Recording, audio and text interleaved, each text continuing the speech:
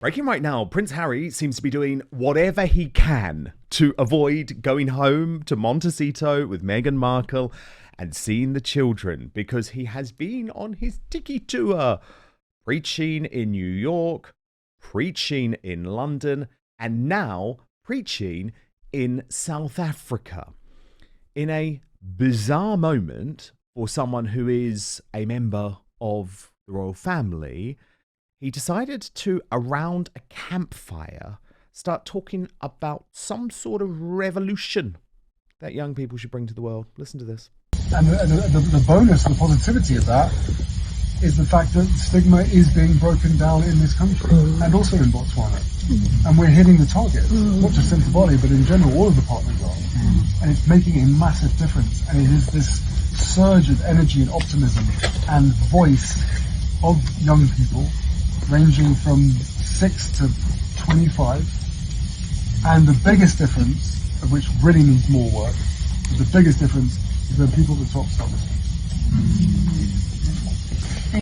Harry right. is, so don't worry about that. Prince Harry is around the campfire talking about how people at the top need to start listening to the youth, as if he's launching some sort of revolution. Lady V, now, is this not very dangerous for literally a member of the British royal family who remains in the line of succession? It's like he's trying to get quite political. Yes. And I think there is a danger. I mean, I don't, revolutions. We've got enough going on right now to be creating that at the moment with the world being so unstable. So I think he's just putting his inferiority complexes like out there, so everyone should feel like him. Yeah, I know. It's absolutely bizarre. And if we have a look at some of the pictures in South Africa, he was with Princess Senet Siso, who hosted a private lunch with Harry.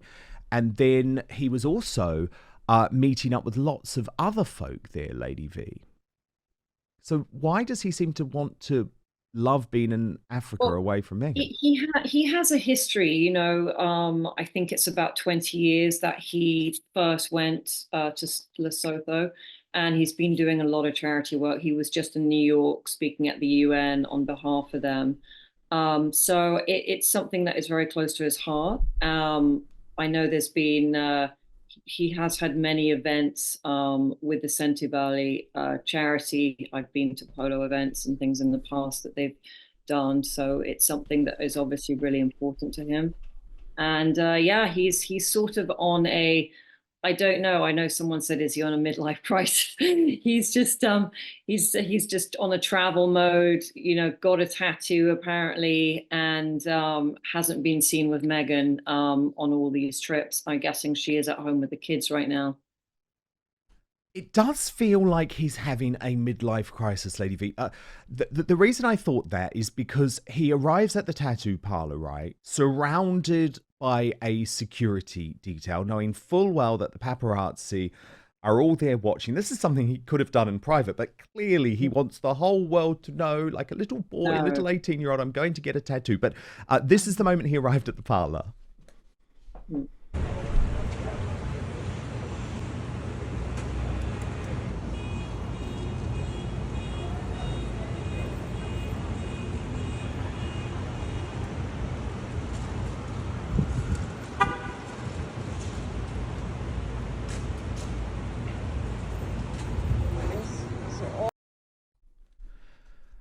And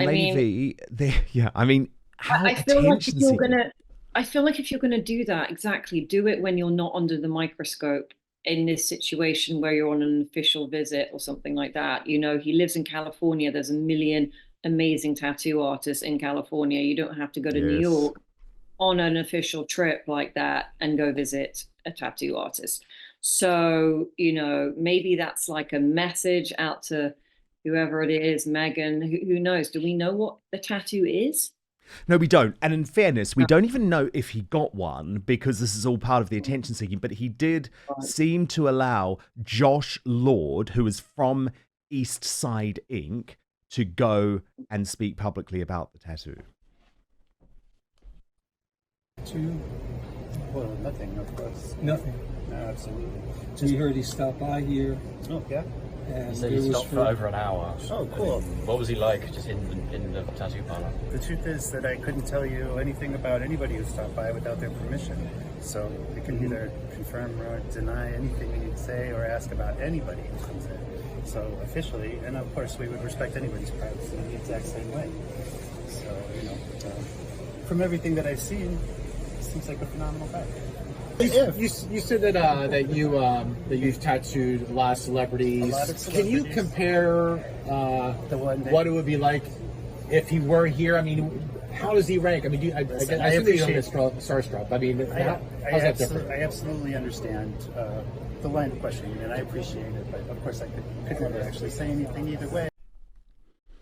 I mean, it's just very Yeah, cringe, it's all isn't it? very And it's secretive. odd, Lady I'm V. sure- It's odd that he did it without Meghan, right?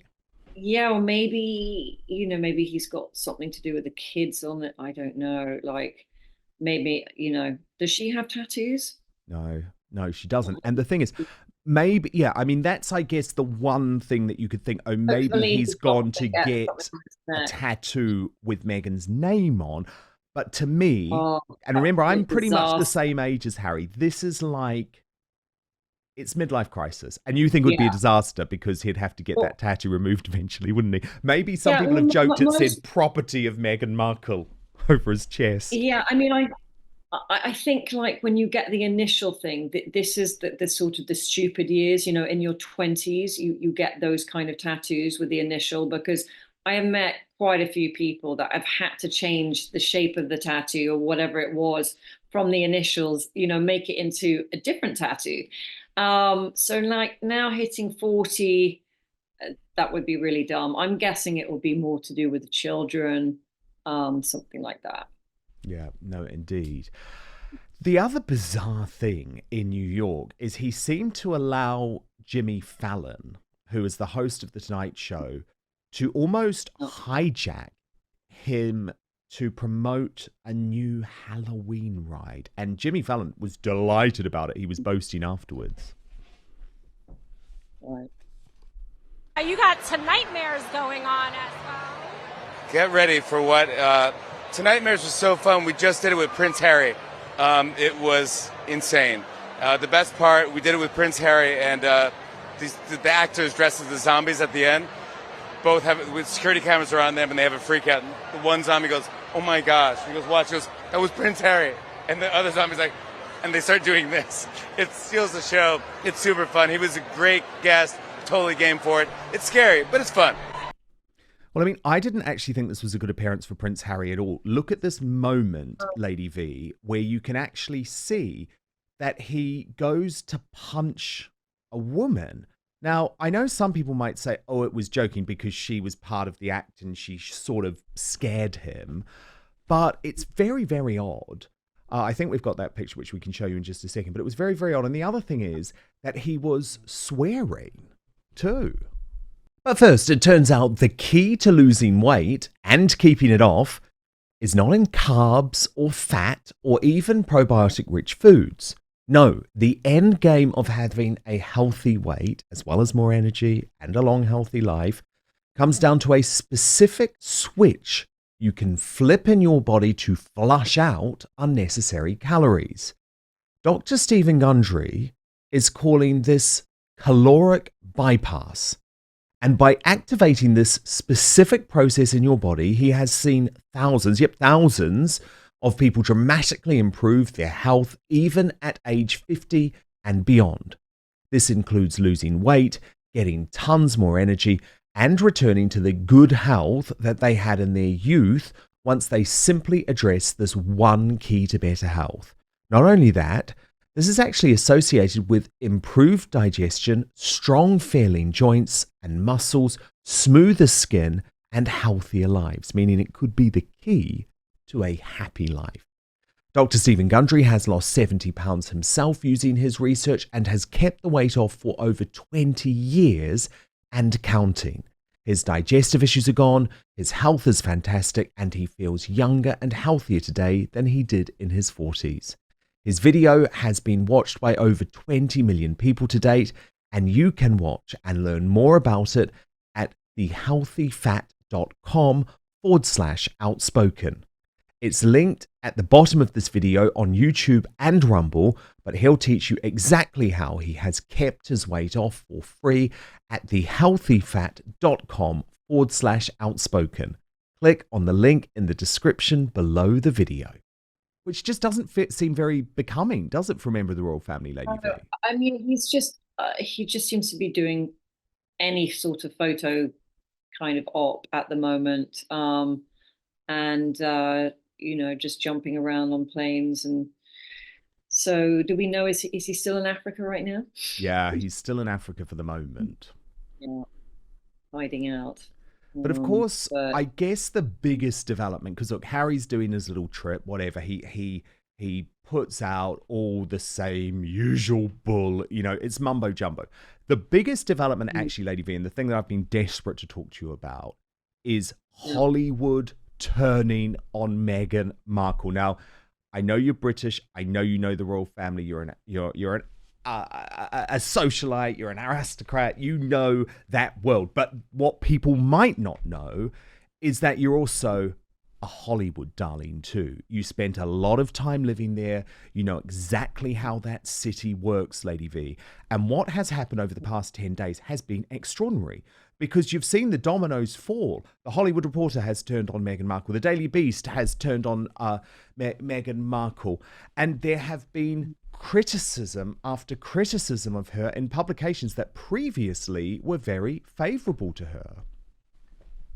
Yeah, I mean, look, if you have a look at her track record, even the amount of staff that she has got through, I don't think, she's that popular in that small crowd. So people are probably fed up with her at this point. They've been there for a couple of years now, and she's probably very hard to work with. People just don't want to deal with it. There's so many other people out there that are happy to be working, and I just imagine she's really difficult. And what do you think of those publications turning on her? Because it's not usual, is it? Yeah, that's interesting, because especially that sort of very sort of left-wing media, since she at one point looked like she wanted to get into politics even. And, there was a lot of sort of hanging out with Hillary Clinton and the Obamas and Oprah Winfrey, and that group of individuals that are very much, they're very powerful on that side. So, yeah, that is actually that is interesting what has happened there. Yeah, no, it really is. And of course, more and more stories are emerging by the day about Meghan's behavior, because the problem, as we saw in that Us magazine cover, Us Weekly, she's trying to say, I'm the best boss in the world and everyone used to love working for me. But actually, we know that's not true. And now Hugo Vickers I mean, I like Hugo. Well, yeah, and he's revealed the what did most astonishing story about Meghan being rude to an under gardener at Windsor Castle. One of the senior gardeners going to report it to the Queen, who went immediately to go and tell Meghan off. Listen to this.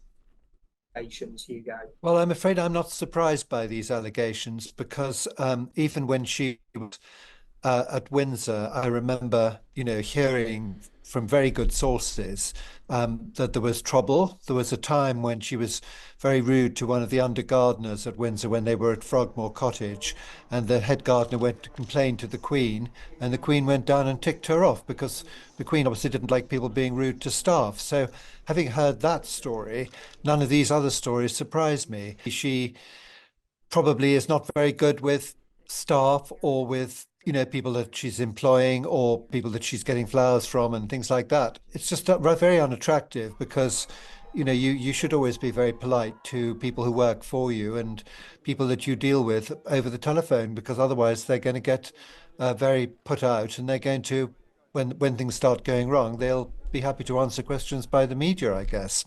Well, I think probably quite a lot of actresses have a narcissistic side to them. Yes, I agree with you. Of course, it can be very stressful leading up to a wedding, but once again, this is when your true character comes out. We can all be very polite, when things are going well. It's when we're under stress that you see people getting annoyed and getting aggressive and so forth. So once again, I'm afraid it doesn't surprise me. I would think she has shown quite a few narcissistic tendencies in the past, particularly in things like the Oprah Winfrey interview. I think there was a lot of narcissism in that. So Do you think when you hear all of these stories and look at the evidence, Lady V, that Meghan is a narcissist? I think it is very much all about her. And look, I just the proof is there. If they get through staff like you get through loo paper, it's Yeah. it's a pretty bad situation. If she was such a good boss, then she would have staff with her for many years, and that is not the case. Because around these circles, actually, even though a lot of people think it's really bizarre, the concept of high society folk or aristocrats or members of the royal family having stuff, they're actually treated incredibly well, aren't they? It's Yeah. not like a sort of Hollywood system where Right. you're treating people like a piece of dirt. No, they're like family, I think, staff in these houses, they become the family, and Did you have staff, Lady they're V? treated well, that they work 10, 20, 30 years for the same Yes. family. So the fact that she can't hold down someone for like more than a year, there's something wrong going on there Did you have staff, Lady V? right now. Well, not No, right now, no, but no when you were full-time growing staff. up. I was younger, yes. And like my nanny growing up, she was with our family for 15 years.